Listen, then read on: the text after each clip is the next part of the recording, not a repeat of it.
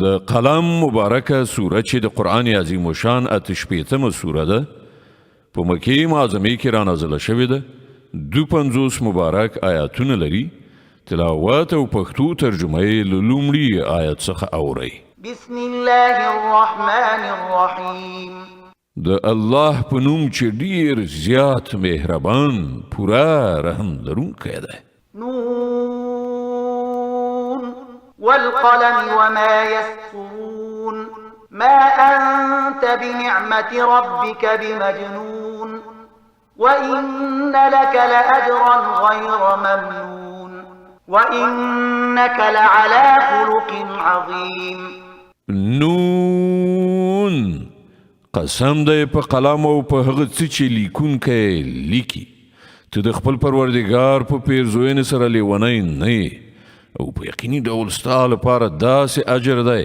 چې د هغه لړۍ هیڅکله پای ته رسیدونکې نه ده او بېشکه ته د لوړو اخلاقو مرتبه لرې فستبصر ويبصرون بأيكم المفتون ډېر ژر به ته هم وګوري او هغوی به هم وګوري چې له تاسې نه څوک په لیونتوب اخته دی إن ربك هو أعلم بمن ضل عن سبيله وهو أعلم بالمهتدين ستا پروردگار هغه خلق هم پیژني چې د هغه له لارې نه بېلارې شوي دي او هغه کسان هم ښه پیژني چې پر سمه لاره دي فلا تطع المكذبين نو له دې کبله ته هېڅکله د دغو دروغجن ګڼونکو تر اغېزې لاندې مه راځه ودوا لو تدهن فيدهنون دوی غواړي چې که ته یو څه نرم شي نو دوی به هم نرمي وکړي ولا تطع كل حلاف مهين هماز مشاء بنميم مناع للخير معتد أثيم عتل بعد ذلك زنيم أن كان ذا مال وبنين هېڅکله د یو داسې چا تر اغېزې لاندې مه راځه چې زیات قسم خور او بې اعتباره دی پیغورونه ورکوي خبرې وړي راوړي د نیکۍ منع کوونکی دی په ظلم او زیاتي کې له حده تېرېدونکی دی سخت بدعمله دی دلازاره دی او د دې ټولو عیبونو تر څنګه بدذاته دی په دې اساس چې هغه د ډېرې شتمنۍ او اولادونو خاوند دی إذا تتلى عليه آياتنا قال أساطير الأولين کله چې هغه ته زموږ آیاتونه اورول کیږي نو وایي چې دا خو د پخوانیو وختونو افسانې دي سنسمه على الخرطوم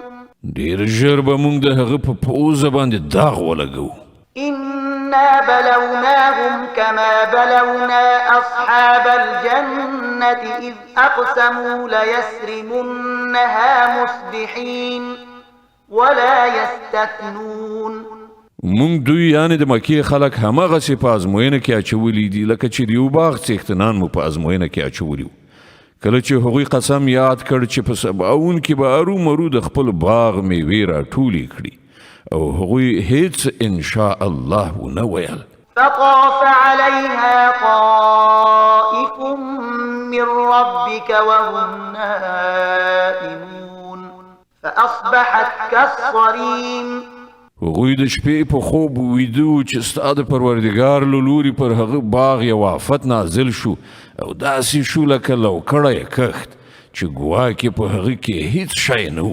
فتنادوا مصبحين أن اغدوا على حرثكم إن كنتم صارمين په سباون کې هغوی یو بل ته سره نارې کړې چې که د میوې ټولونکي یاست نو د سهار په توره خړه کې د خپل کښت خواته ورشئ فانطلقوا وهم يتخافتون ألا يدخلنها اليوم عليكم مسكين وغدوا على حرد قادرين نو خوځېدل او پټ پټې سره ویل چې نن به په باغ کې تاسې ته هیڅ یو بېوزلی رانشي هغوی د څه نه ورکولو د تصمیم په نیولو سره سهار په توره خړه هلته داسې په بیړه بیړه ورغلل چې تا به ویل هغوی د میوې په ټولولو برلاسي دي فلما رأوها قالوا إنا لضالون بل نحن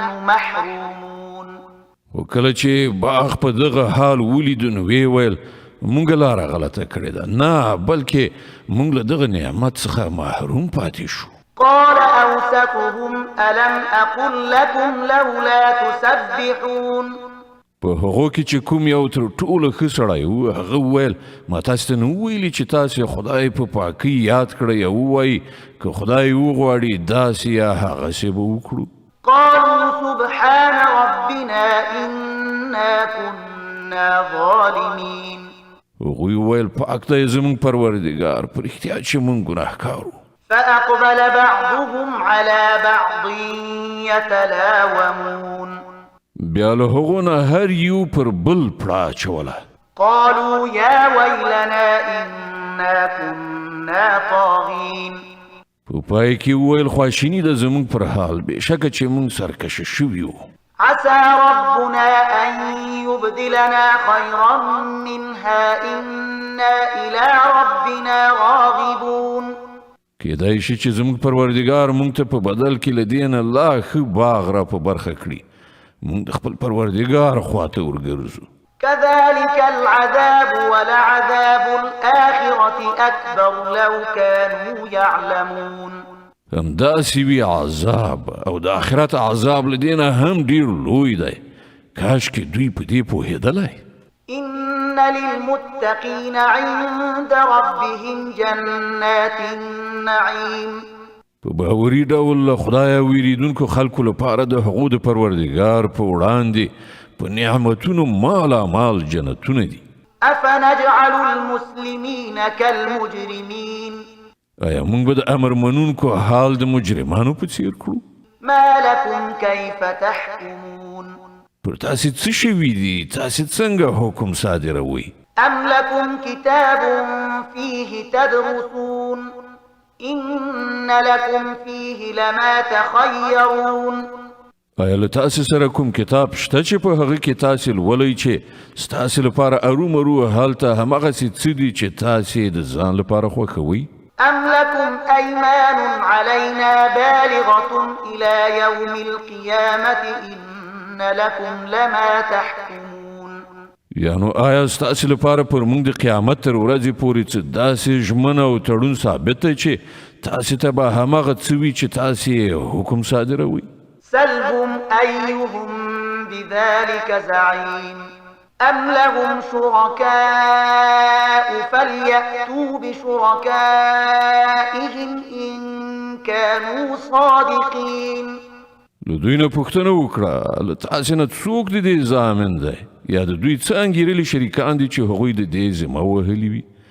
که دا خبره وي نو خپل شریکان دې راولي که دوی ریښتوني وي. يوم يكشف عن ساق ويدعون إلى السجود فلا يستطيعون. خاشعة أبصارهم ترهقهم ذلة وقد كانوا يدعون إلى السجود وهم سالمون. په کومه ورځ چې سخت وخت راشي او خلکو ته د سجدې کولو بلنه ورکړه شي نو دوی به سجده ونه شي کړای. د دوی سترګې به ښکته وي، ذلت به پرې خورېدونکی وي. دوی چې کله روغ رمټو په هغه وخت کې دوی د سجدې کولو لپاره بلل کېدل او دوی انکار کاوه. فذرني ومن يكذب بهذا الحديث سنستدرجهم من حيث لا يعلمون وأملي لهم إن كيدي متين. نو ای پیغمبره ته د دې کلام د دروغ ګڼونکو موضوع ماته پرېږده. موږ به په داسې توګه دوی په کراره د تباهۍ خواته بوځو چې دوی خبره هم نه وي. زه دوی ته مهلت ورکوم. زما تدبیر ډیر قوي دی. أم تسألهم أجرا فهم من مغرم مثقلون. ته له دوی نه څه اجر غواړې چې دوی د جریمې د درانه پیټي تر فشار لاندې کیږي؟